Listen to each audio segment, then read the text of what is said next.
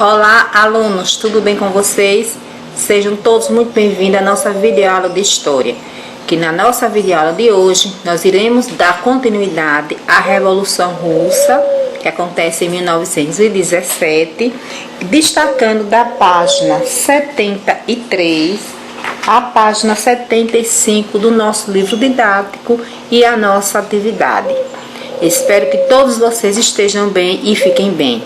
E eu trouxe aí, relembrando o símbolo da Revolução Russa, né?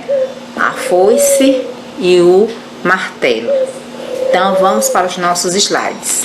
Temos aí a insurreição bolchevique, que vocês podem estar vendo no nosso livro didático da página 73.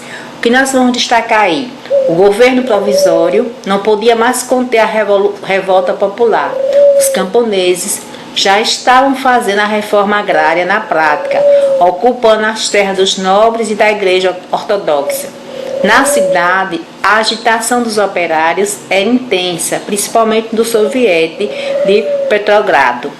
Organizado pelos bolcheviques, a situação do governo provisório ficou ainda pior com a tentativa frustrada de um golpe militar pelo general Kornilov, que era apoiado pelas forças ainda fiéis ao czar ou czar.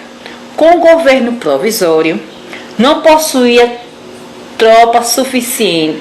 Foram os soviéticos de Petrogrado que evitaram o golpe militar em uma demonstração que estava em condições de tomar o poder. Lenin, que vocês estão vendo a imagem, e Trotsky, os principais líderes bolcheviques, articularam então a insurreição que teve início na noite de 24 de outubro, contando com as tropas de trabalhadores armados, além das unidades militares que guarneciam Petrogrado. Os revolucionários não tiveram dificuldade em tomar os principais pontos da capital e depor o governo provisório. O governo dos bolcheviques. Assim que tomaram o poder, os bolcheviques do soviete de Petrogrado criaram o Conselho de Comissário do Povo, um tipo de ministério responsável pela nova organização do governo, pela coordenação dos demais sovietes russos, presidida por Lenin. O Conselho começou a estatizar. O que é estatizar? Colocar sob o domínio do Estado as terras, as indústrias, a marinha mercantil e os bancos. Foram criados tribunais revolucionários formados por cortes populares em substituição às antigas instituições judiciárias. Os bens da igreja foram confiscados e o ensino religioso nas escolas foi abolido. As terras desapropriadas foram entregues às comunas agrícolas para serem distribuídas aos camponeses, de acordo com as necessidades e a capacidade de trabalho das famílias. As fábricas deveriam ser autogeridas pelos operários. Logo que assumiram o poder, os bolcheviques terminaram a adoção do regime do Partido Único. E o Partido Bolchevique foi rebatizado como Partido Comunista. E em 1922, com a intenção de englobar as demais repúblicas anexadas à Rússia, foi criada a União das Repúblicas Socialistas Soviéticas. Aí nós vamos ver a Revolução Russa, que aqui nós vamos destacar na nossa página aí 74, a Guerra Civil no livro didático.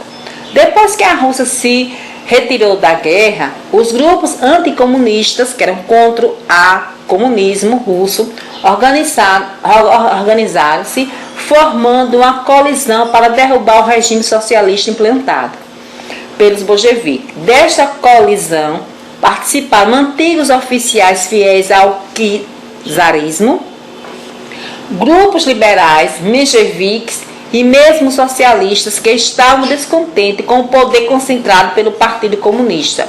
Além disso, os grupos anticomunistas receberam reforço de tropas e apoio material dos países capitalistas, como a França, a Inglaterra, os Estados Unidos e o Japão. Para defender a continuidade da Revolução, Trotsky foi escolhido para recrutar e comandar o Exército Vermelho. Vocês estão vendo aí a bandeira. Trotsky se viu em dificuldades para manter às pressas um exército capaz de resistir ao exército branco, que vocês estão vendo aí a bandeira. Ficaram conhecidas as forças de oposição. Para isso, estabeleceu o serviço militar obrigatório, recrutou oficiais e soldados do antigo exército czarista. Rapidamente, Trotsky formou um exército de 3 milhões de homens, treinados sob rígida disciplina e motivados pela intensa propaganda comunista. Durante a Guerra Civil, que durou de 1918 a 1920, foi implementado o comunismo de guerra. De acordo com essa política, com o comunismo de guerra, baseada na ferrenha disciplina do exército e nas fábricas, os camponeses deveriam entregar uma parte ou mesmo toda a sua produção ao esforço da guerra do Estado. A estatização da economia foi levada ao extremo, com a proibição de qualquer iniciativa privada, mediante esforços que custavam a vida de milhares de pessoas. O Exército Vermelho venceu as forças contra-revolucionárias no final de 1920, expandindo-se, expulsando-as do país. Aí vocês estão vendo aí o Exército Vermelho e o Exército Branco. O Exército Vermelho, chefiado por Trotsky, chefiado pela liderança dos bolcheviques, e o Exército Branco eram os antirrevolucionários, que era contra a implementação do comunismo. Aí vocês estão vendo que aí, não é? Que a nova política econômica, a Revolução de Outubro, Lenin chefia a nova revolução, implanta a ditadura do proletariado, dos trabalhadores, põe em prática um conjunto de medidas do comunismo de guerra, que eu tinha explicado há pouco. Foi implementado o comunismo de guerra. De acordo com essa política, baseada na ferrenha disciplina do exército e nas fábricas, os camponeses deveriam entregar uma parte ou mesmo toda a sua produção ao esforço de guerra do Estado. A economia estava centrada, controlada pelo Estado, a questão da estatização.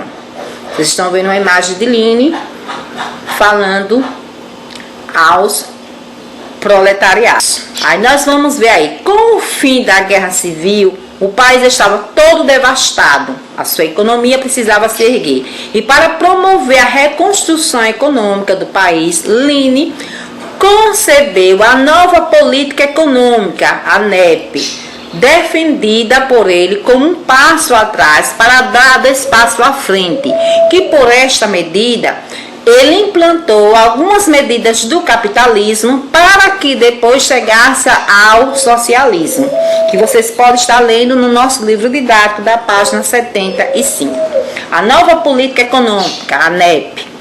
Com o fim da Guerra Civil e da política do comunismo de guerra, a necessidade de recuperar o país arrasado pelo conflito impulsionou o Partido Comunista a adotar a nova política econômica, NEP, iniciada em 1921.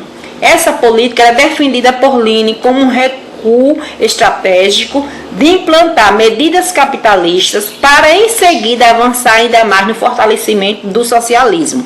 Por isso que ele diz, um passo para trás para dar 2 passos à frente.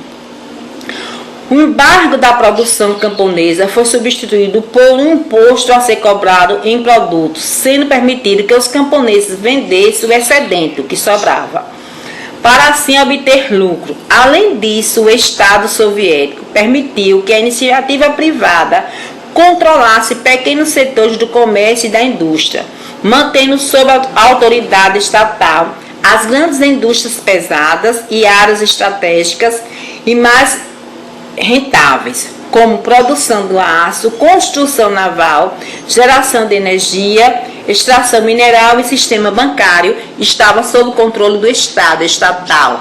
O Estado controlava, o Estado enquanto governo. Aí vocês estão vendo assim, aí, essa imagem. Cartaz de um filme soviético do tempo em que o governo apoiava a arte moderna. Aí, olha. Em 1924, a morte de Lenin desencadeou uma luta pelo poder entre Trotsky, comissário do povo, para a guerra. Stalin, secretário-geral do partido. Trotsky defendia a tese da revolução permanente. Stalin defendia a tese do socialismo em um só país. Stalin saiu vitorioso. Trotsky foi expulso do partido e exilado, mandado para fora do país. Vocês também podem estar vendo no nosso livro didático, na página 75. A morte de Lenin e a ditadura stalinista. Após a morte de Lenin, em 1924, teve início uma disputa pelo poder entre Stalin, então secretário-geral do Partido Comunista, e Trotsky, comissário do povo para a guerra e líder do Exército Vermelho. A disputa entre Trotsky e Stalin espelhava também uma disputa entre dois projetos de revolução socialista. Enquanto Stalin defendia o fortalecimento do socialismo na Rússia para depois levá-lo a outras nações, Trotsky era partidário, defendia da revolução permanente, pois acreditava que o socialismo russo dificilmente venceria sozinho a concorrência capitalista, sendo necessário tornar mundial o movimento revolucionário, levar o socialismo para todo o mundo.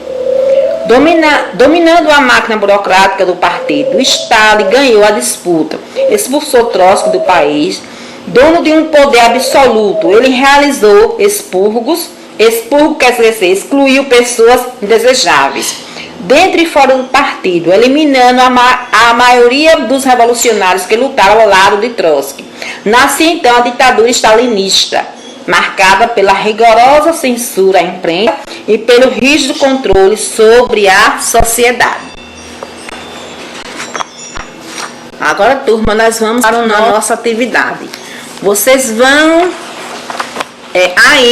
vocês irão responder essas duas questões. Primeiro, vocês irão copiar essas duas questões no caderno, pegar o livro, ir ao livro, retomar a leitura, para após responder essas duas questões. Eu sempre destaco que vocês podem responder com as palavras de vocês, desde que esteja dentro do contexto.